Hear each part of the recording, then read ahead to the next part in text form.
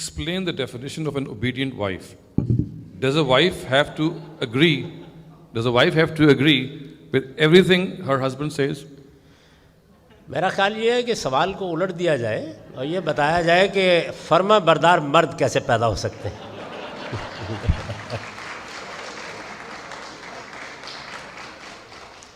کیونکہ دنیا کا امن اسی پر منحصر ہے. اگر آپ دنیا میں امن، راحت، سکون، اطمینان پیدا کرنا چاہتے ہیں تو میری درخواست یہ ہے کہ اپنی بیویوں کے فرما بردار ہو جائیے. دیکھیے بات یہ ہے کہ گھر ایک ادارہ ہے.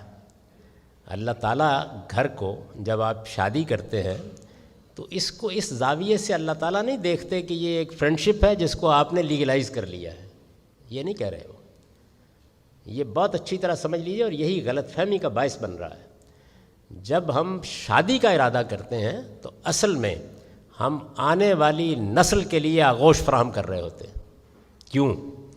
اس لیے کہ انسان کا بچہ ناتواں پیدا ہوتا ہے، اٹھ نہیں سکتا، کھا نہیں سکتا، پی نہیں سکتا، کئی برس میں جا کے اپنے پاؤں پر کھڑا ہونے کے قابل ہوتا ہے، پھر تعلیم تربیت کا محتاج ہوتا ہے، کہیں 10-15 سال 20 سال کی عمر میں جا کر شباب کو پہنچتا ہے، ارسطو افلاطون بنتا ہے.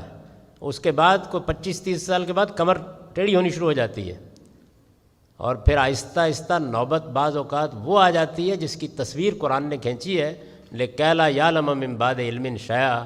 سب کچھ جان کے پھر نادان بچہ بن جاتا ہے. یہ پورا انسان ہے. اس پورے انسان کو پیدا کرنے، پرورش دینے کے لیے اللہ تعالیٰ نے شادی کا ادارہ قائم کیا ہے.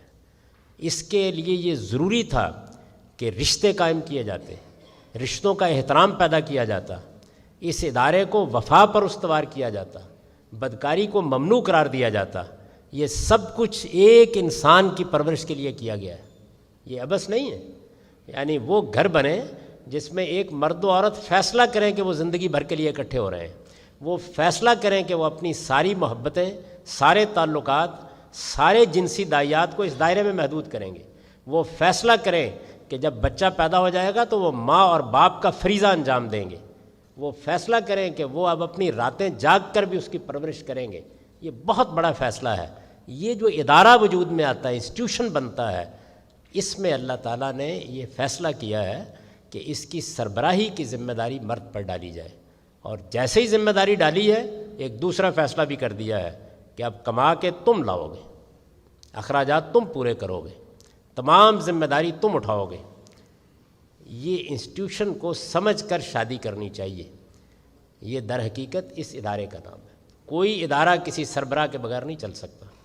تو یہ فیصلہ کیا گیا ہے اور اس میں ذمہ داری ڈالی گئی ہے. عورت کمائے، ملازمت کرے، وہ ایک ایک پائی اس کی ہے. اس پر گھر میں ایک پیسہ بھی دینے کی کوئی ذمہ داری نہیں.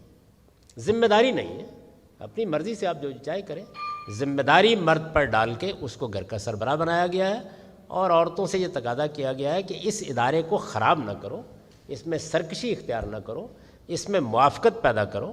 اور مرد سے تقاضا کیا گیا ہے کہ وہ شورا کے طریقے پر ایک دوسرے کے ساتھ مشورہ کر کے، رائے کے ساتھ ایک دوسرے کی رسپیکٹ کرتے ہوئے اس ادارے کو قائم رکھے. میں نے آپ سے عرض کر دیا کہ ادارے کو ادارے کے طور پر چلانا یہ ضروری تھا، ورنہ انسان کا بچہ بالکل بے یار و مددگار ہو کے رہ جاتا. تو یہ وجہ ہے. اس میں کبھی کبھی خواتین کی خدمت میں ادب سے عرض کرنا پڑتا ہے کہ سرکشی اختیار نہ کریں.